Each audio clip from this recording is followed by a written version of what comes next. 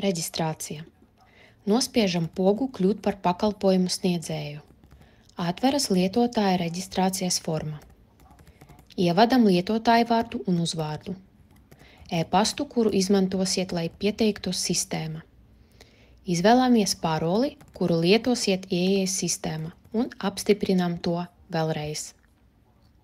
Iepazīstamies ar termiņiem un nosacījumiem un privātuma politiku, atzīmējam obligātu rutiņu par piekrišanu un visbeidzot nospiežam reģistrēties.